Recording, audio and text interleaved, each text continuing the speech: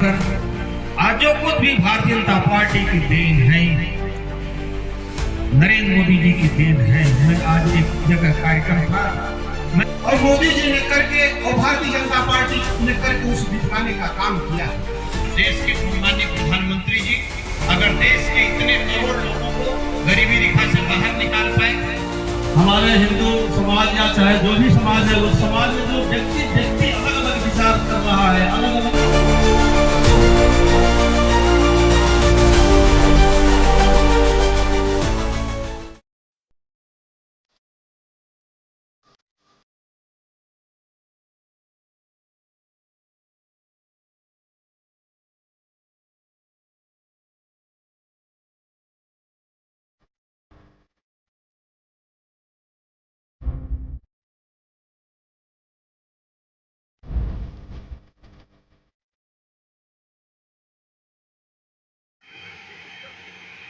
पंडित दीनदयाल उपाध्याय जी के जन्म जयंती पूर्व एमएलसी आयोजित इस केदारनाथ कार्यक्रम की सिंह अध्यक्षता कर रहे भारतीय जनता पार्टी के यशस्वी जिलाध्यक्ष भाई सुनील सिंह जी, भारतीय जनता पार्टी में काम करने वाले नेता से लेकर के सामान्य कार्यकर्ता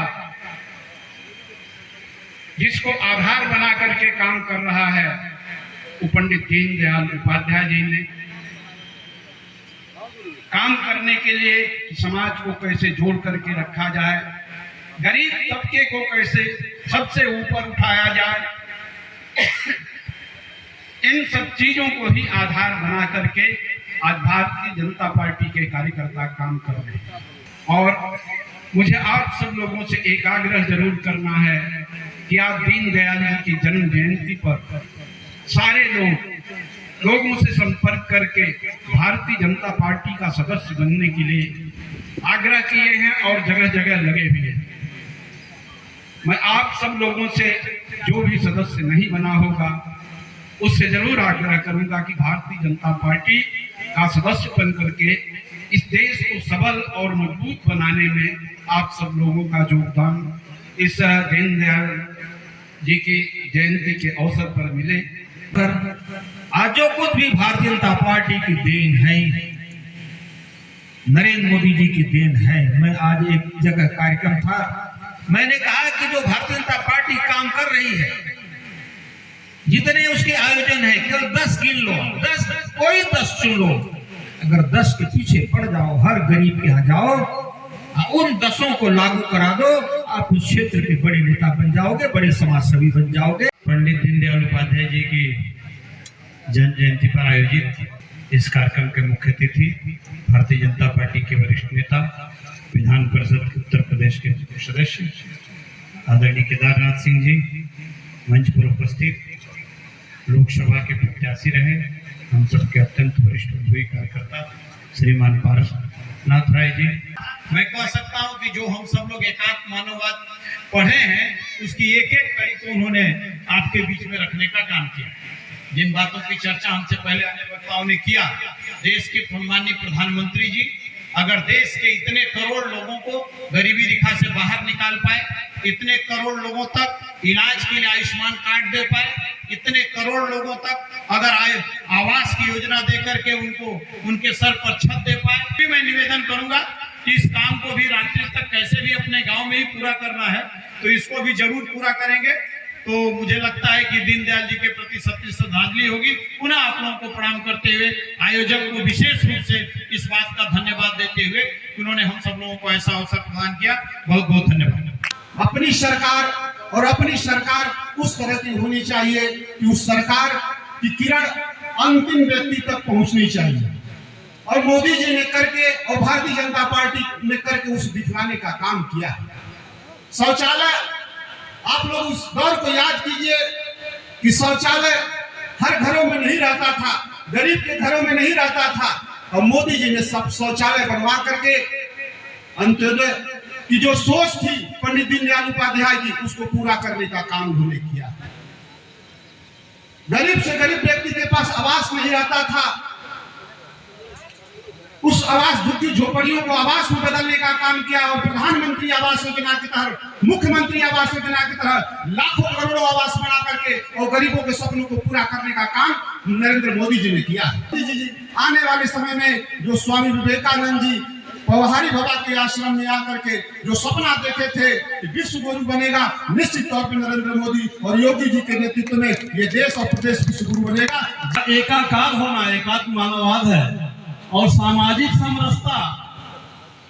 हमारे हिंदू समाज या चाहे जो भी समाज है, उस समाज में जो व्यक्ति अलग अलग विचार कर रहा है, अलग अलग अपना समाज बनाकर बैठा हुआ है, वो सारे समाज एक साथ बैठ करके चाहे बैठकर विचार करें, चाहे साथ साथ भोजन करें, चाहे साथ साथ रहकर सांस्कृतिक कार्यक्रम करें, अपने भारत की संस्कृति को एक साथ ऐसे पूर्व में चौपाल में बैठ करके सारे गांव के लोग बैठ करके आगे तापते थे।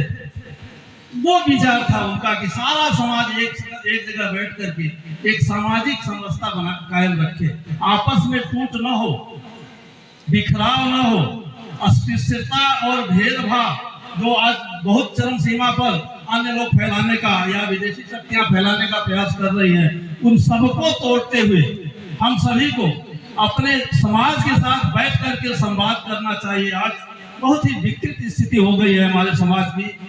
सुधीर जी बड़े भाई बुलाए हैं और आदरणीय सुनील सिंह जी, जिनके प्रेरणा से आज का ये कार्यक्रम हुआ है। मैं हृदय की गहराइयों से उनको बहुत बहुत धन्यवाद देता हूँ। मैं धन्यवाद देता हूँ इस कार्यक्रम के मुख्य अतिथि पूर्व एमएलसी, हम लोग के गार्जियन कहिए, बड़े भाई कहिए, जो कहिए, हर सुख दुख में हम लोग के बीच रहने वाले, छोटा कथा हो चाहे शादी हो, विवाह हो, हर अवसर पर उपस्थित रहने वाले, न केवल मेरे बल्कि इस गाजीपुर करंडा जनपद के सभी कार्यकर्ताओं, सभी लोगों के बीच में रहने वाले आदरणीय श्री केदारनाथ सिंह जी का मैं बहुत दिल से, हृदय से, गहराइयों से आपका धन्यवाद करता हूँ। आरएसएस के पुरोधा पंडित दीनदयाल उपाध्याय की आज 109वीं जयंती है और जयंती के अवसर पर आज हम करंडा के रामनाथपुर ग्राम सभा में आए हुए हैं। आज यहाँ पे बहुत ही बृहद कार्यक्रम हुआ है। उनके जन्म दिवस के अवसर पर यहाँ के पूर्व एमएलसी केदारनाथ सिंह और यहाँ के जिलाध्यक्ष सुनील सिंह थे, साथ ही विशिष्ट अतिथि के रूप में गाजीपुर जिला के पूर्व सांसद प्रत्याशी पारसनाथ राय जी थे। अभी आप देख रहे हैं मंच पर यहाँ पे बैनर लगा हुआ है और भाई साहब सामने हैं, ये कार्यक्रम के संयोजक, आयोजक, समाजसेवी और प्रखर वक्ता के रूप में रजनीश सिंह जी हैं। भैया पहले अपना परिचय दें आप। मैं डॉक्टर रजनीश सिंह, काशी हिंदू विश्वविद्यालय छात्र नेता, अभी भारतीय जनता पार्टी प्रबुद्ध प्रकोष्ठ का जिला संयोजक। ये प्रबुद्ध प्रकोष्ठ की तरफ से जो एक कार्यक्रम हुआ है, शुद्ध रूप से ये बुद्धिजीवियों का कार्यक्रम था जी। ये कार्यक्रम पंडित दीनदयाल उपाध्याय जी जो भारतीय जनता पार्टी के संस्थापक सदस्य थे, उनकी जयंती के रूप में जो है मनाया जा रहा है। और पंडित दीनदयाल उपाध्याय भारतीय मनीषी, भारतीय चिंतक के श्रेणी में, अग्रणी श्रेणी में आते हैं। तो निश्चित रूप से जब हम किसी भी चिंतकों को, दीनदयाल उपाध्याय हों, अम्बेडकर जी हों, लोहिया जी हों, किसी भी चिंतक के जब कार्यक्रम को हम मनाते हैं तो कार्यक्रम थोड़ा बौद्धिक होता ही। जी जी। ये जो कार्यक्रम हुआ है ये पहली बार है या पहले से हो रहा है? एक कार्यक्रम भारतीय जनता पार्टी हर साल इनके जयंती पर मनाती है।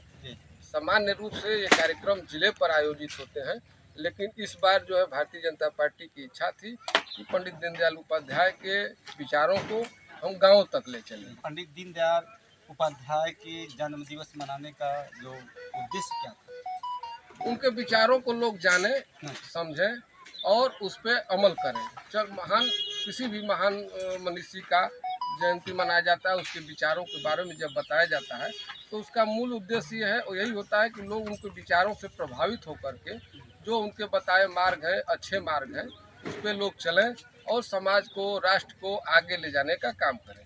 पंडित दीनदयाल उपाध्याय का जो समाज के अंतिम कड़ी लोग हैं, उनको क्या संदेश देना चाहते हैं? पंडित दीनदयाल उपाध्याय का एक नारा था, दरिद्र नारायण। तो दरिद्र नारायण का उनका जो कंसेप्ट था, जो उनके विचार थे, जो उसको पूरा उन्होंने विस्तार से बताया है कि समाज का जो अंतिम व्यक्ति है, जिसके पास भोजन नहीं है, जिसके पास कपड़ा नहीं है, जिसके पास कोई सुख सुविधा नहीं है, जब तक सरकार और सरकार की योजनाएं उस व्यक्ति तक नहीं पहुंच पाएगी, तब तक उस सरकार को सफल नहीं माना जा सकता।